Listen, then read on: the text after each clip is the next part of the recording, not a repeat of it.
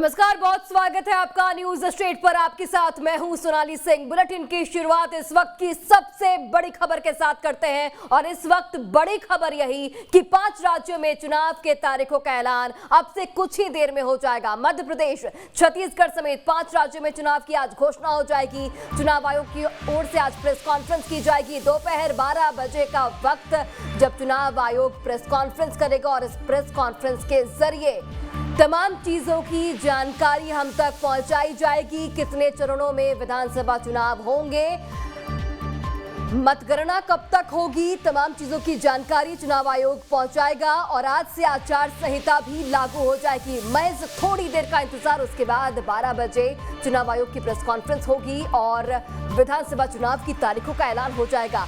5 राज्य ऐसे हैं जहां पर विधानसभा चुनाव होने हैं: तेलंगाना, मिजोरम, राजस्थान, इसके साथ ही मध्य प्रदेश, छत्तीसगढ़। ये 5 बेहद ही महत्वपूर्ण राज्य जहां पर विधानसभा चुनाव होने हैं और अब से कुछ ही देर में मतलब 12 बजे विधानसभा चुनाव की तारीखों का ऐलान हो जाएगा।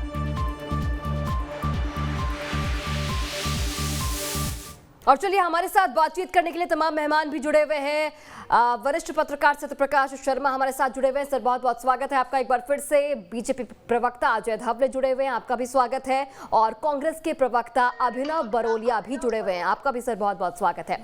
सबसे पहले बीजेपी के प्रवक्ता अजय धवले के पास मैं आना चाहूंगी, चूंकि आपकी इस वक्त मध्य प्रदेश में सरकार है, कितने आश्वस्त हैं आप लोग? अब से कुछ ही देर में चुनाव की तारीखों का ऐलान हो जाएगा। जिस तरीके से हम देख रहे हैं, मुख्यमंत्री शिवराज सिंह चौहान लगे हुए हैं, लगातार दौरे पर दौरे किए जा रहे हैं, अलग अलग जिलों में जा रहे हैं, अलग अलग विधानसभा क्षेत्रों में जा रहे हैं और जनता को साधने की कोशिश की जा रही है। पीएम मोदी कई बार मध्य प्रदेश का दौरा कर चुके हैं। ऐसे में कितने आश्वस्त आप लोग और किस तरीके की स्ट्रैटेजी अब जो चौथी सूची जो जारी होने वाली, उसमें क्या कुछ रणनीति के तहत चौथी सूची में प्रत्याशियों के नामों की घोषणा की जाएगी? देखिए सोनाली जी, भारतीय जनता पार्टी हमेशा लोकतंत्र में चुनाव का सम्मान करती है, क्योंकि लोकतंत्र में चुनाव ही एक माध्यम है जो जिससे आपको जनसेवा और जन कल्याण करने का मौका मिलता है। भारतीय जनता पार्टी की चुनावी तैयारियां अब इससे भी दिख सकती है कि मध्य प्रदेश में 3 महीने, आज से 3 महीने पहले ही हमारी चुनावी तैयारियां शुरू हो चुकी थी। आदरणीय केंद्रीय गृह मंत्री अमित शाह जी के मध्य प्रदेश में लगातार दौरे हुए, उसके बाद यहाँ की चुनाव प्रबंधन समिति को एक्टिव किया गया।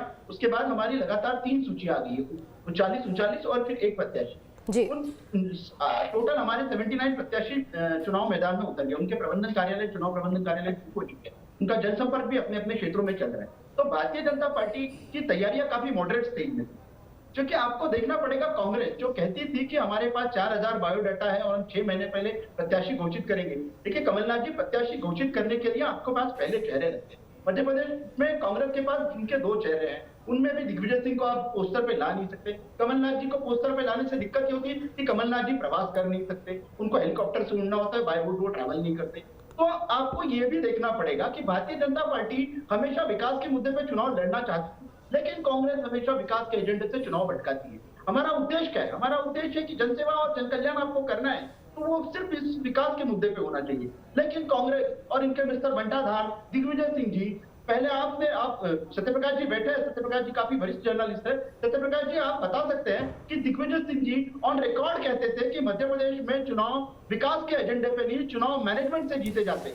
लेकिन आपको पिछले 18 वर्षों से मध्य प्रदेश की जनता ने मैनेजमेंट भुला दिया है। मध्य प्रदेश की जनता भारतीय जनता पार्टी के साथ में खड़ी है और हम निश्चित रूप से चुनाव जीतेंगे विकास के एजेंडे पे, मैनेजमेंट से नहीं। अगर मैनेजमेंट होता आपका तो आपके 6 महीने पहले प्रत्याशी आ जाते, लेकिन आपके एक प्रत्याशी क्या, आपके प्रत्याशियों पे सिर्फ विचार मंथन हो रहा है। कोई बोलता है 230 पे हमारी चर्चा संपन्न हो चुकी है, तो आपके कमलनाथ जी कह रहे हैं 120 की भी बात हुई है। तो आपका जो अंतर कलह है ना, वो आपकी स्क्रीनिंग कमेटी में भी दिख रहा है और वो स्क्रीनिंग कमेटी में कभी आनंद फानंद में 3 और वरिष्ठ नेताओं के नाम जोड़ने पड़ते हैं। तो देखिए, इनका तो चुनावी तैयारियां छोड़िए, इनको चुनाव किन मुद्दों पे लड़ना है ये अभी तक इन्हें पता नहीं है। भारतीय जनता पार्टी ने विकास का एजेंडा सेट किया है। आदरणीय गृह मंत्री अमित शाह जी मध्य प्रदेश के राजधानी भोपाल आए थे, उन्होंने 20 वर्षों का भारतीय जनता पार्टी का रिपोर्ट कार्ड पेश किया। उस रिपोर्ट कार्ड के तथ्यों के हम चुनाव लड़ने जा रहे हैं। उसी रिपोर्ट कार्ड को लेकर हम मध्य प्रदेश में 5-5 जन आशीर्वाद यात्राओं के माध्यम से पूरे प्रदेश में घूमे। उन जन आशीर्वाद यात्राओं में हमने जो कार्य किए हैं 20 सालों में, वो जनता के सामने रखे और उन्हीं मुद्दों पर चुनाव लड़ना है हमें। चुनाव सनातन, ये लोग जो सनातन विरोध कर रहे हैं या ये लोग जो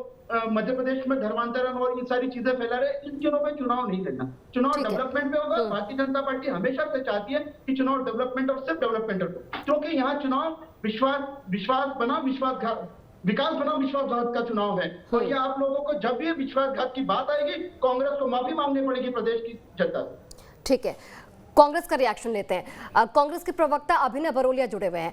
अभिनव जी, बीजेपी हमेशा यही आरोप लगा रही है आप लोगों पे कि अभी तक आप लोगों ने अपने पत्ते नहीं खोले हैं। बीजेपी की 3 सूची आ चुकी है, आप लोगों की अभी पहली सूची भी नहीं आई है, चाहे हम मध्य प्रदेश की बात कर ले या फिर हम छत्तीसगढ़ की बात कर ले। आज आप लोगों की कांग्रेस वर्किंग कमेटी की बैठक होगी, क्या इसके बाद संभव है कि 1 से 2 दिन में सूची आ जाए?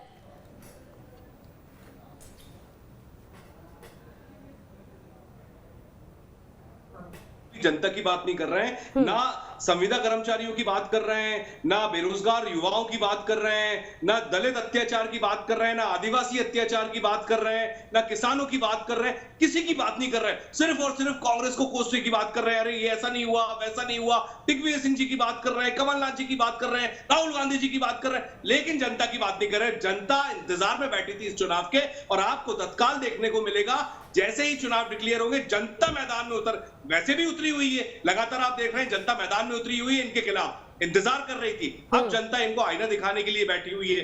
रही बात इनके लगातार घोटालों को जनता उजागर कर रही हो, चाहे ठेकेदार उजागर कर रहे हो, चाहे युवा उजागर कर रहे हो, चाहे किसान उजागर कर रहे हो, तो ये 50% कमीशन की सरकार मुंह दिखाने लायक भी नहीं है। लगातार जनता का विद्रोह झेल रही है। इनके खुद के विधायक, इनके जो सांसद हैं, उनको राक्षस कह रहे हैं। इनके जो केंद्रीय जो सांसद हैं केपी यादव जी, वो केंद्रीय मंत्री को मूर्ख कह रहे हैं। जनता दौड़ा रही है सब जगह पे, मुख्यमंत्री जी का विरोध हो रहा है सारी तरफ। टिकट होने के बाद सबको मालूम है क्या हालत है। 78 सीटों की बातें कर रहे हैं, कहीं पर भी जीतने की स्थिति नहीं है। 78 में से 2 सीटें भी जीत जाए तो बहुत बड़ी बात होगी। तो ये घमंड और अहंकार वाली, मिस्ड कॉल वाली, देश की दुनिया की सबसे बड़ी पार्टी अपने आप को बोलते हैं, तो ये अब कहीं भी मुंह दिखाने लायक नहीं है। तो अभिनव जी, एक सवाल मेरा ये होगा आपसे कि जिस तरीके से बीजेपी ने जो दूसरी सूची अपनी जारी की, उसमें बीजेपी ने 7 सांसदों को मौका दिया, जिसमें 3 केंद्रीय मंत्री हैं। इसे आप कितनी चुनौतीपूर्ण मानते हैं? क्योंकि कांग्रेस को भी उतने ही दम वाले नेता को सामने उतारना होगा। कैलाश विजयवर्गीय है, प्रहलाद पटेल है, नरेंद्र सिंह तोमर है। ये दम और ये ग्लैमर और ये सारी बातें करने का कोई औचित्य नहीं है। जनता चुनाव लड़ेगी। मैं आपसे बार बार बोल रहा हूं ना, हमारा तो एक छोटा सा कार्यकर्ता भी इनके ये जो बड़े बड़े नाम बता रहे हैं ना, इनको हराने की दम रखता है, क्योंकि जनता हमारे साथ है, कांग्रेस के साथ है, और कांग्रेस और जनता मिलकर चुनाव लड़ रही है। तो ये साफ साफ आपको देखने को मिलेगा। सूची हमारी सब आ जाएगी, इकट्ठी आ जाएगी, कुछ भी हो, जनता चुनाव लड़ेगी। मैं आपको साफ साफ बता दूं, क्योंकि जनता तैयार बैठी है इन भ्रष्टाचारियों को हटाने के लिए, इन घोटालेबाजों को हटाने के लिए, ये जो अत्याचारी हैं इनको हटाने के लिए। दुनिया ने देखा है कि इनके कार्यकर्ताओं ने कितना आदिवासियों का शोषण किया है, क्या क्या कांड सीधी में किए हैं, सागर में किए हैं, चारों तरफ नेमावर में किए हैं, सब कुछ जनता को मालूम है। तो जनता और युवा, 12 लाख बच्चे, पटवारी का जो फॉर्म भरा था वो भी नहीं भूले, कोई कुछ नहीं भूला है। अब ये सिर्फ 40 दिन 45 दिन जितने दिन में चुनाव होंगे, एक नई जबरदस्त सरकार आपको देखने को मिलेगी। और 100 सीटों पर, आपके चैनल पे दावा कर रहा हूं, 100 सीटों पर भारतीय जनता पार्टी की जमानत जब्त होगी।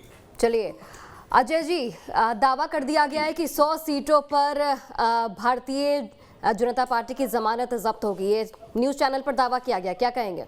जी, तो हम देखिए अभिनव जी, आप जो मुंगेरी लाल के हसीन सपने बुने जा रहे हैं, उसके लिए हम आपको धन्यवाद। देखिए 40 सीटों पर तो कर्नाटक में जब हुई है, सबको पता है।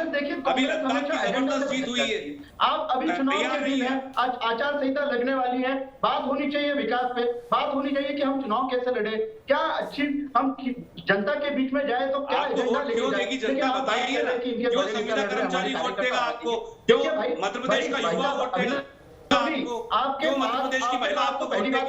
क्यों आपको मध्य प्रदेश का किसान वोट देगा? क्यों मध्य प्रदेश में दलित आदिवासी वर्ग आपको वोट देगा? कोई आपको वोट नहीं देगा। कि आप जाइए उन कठिन सीटों पे चुनाव लड़िए, लेकिन आपके पास तो वो सांसद भी नहीं है चुनाव लड़ाने के लिए। रही बात वरिष्ठ नेताओं की, जिन्हें चुने आपके 2 वरिष्ठ नेता हैं, दिग्विजय सिंह जी और कमलनाथ जी। बाकी लोगों को तो कमलनाथ जी ने खुद ही साइडलाइन कर दिया है। अजय सिंह जी, राहुल कहाँ है, दिखते नहीं। अरुण यादव जी कहाँ है, दिखते नहीं। अरे आप जनआक्रोश यात्रा नहीं देख रहे हो क्या? मैं बता रहा हूँ आपको, अभिनव जी हुआ कि कांग्रेस में ना भ्रष्टाचार सिर्फ करने में लगे हुए हैं, घोटाले करने में। और अभी हम कमलनाथ लोग जी की यात्राएं चारों तरफ निकल रही है, चाहे अरुण यादव जी हो, अजय सिंह जी हो, लेकिन ज्योति अपने पटवारी जी हो, गोविंद सिंह जी हो, खड़ा कर दिया, कमलेश्वर पटेल जी के हो। बड़े नेता हैं, आपने उनको आउटलाइन कर दिया। नहीं, आप देखिए कुछ भी बोल रहे हैं बैठ के चैनल पे, थोड़े गंभीर होकर बात करिए।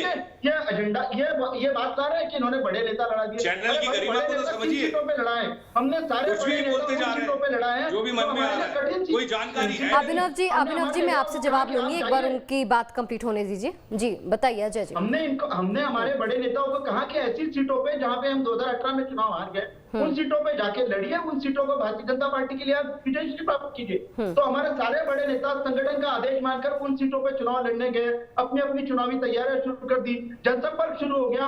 कांग्रेस की आज वो दिल्ली तक तो गए नहीं, नरेंद्र सिंह तोमर जी, अलग अलग क्या क्या इनका क्लियर होने के बाद स्ट्रक्चर ही समझ में नहीं आता। वो सोनिया गांधी जी ने इतना स्ट्रक्चर बना के रख दिया है कि ये भूल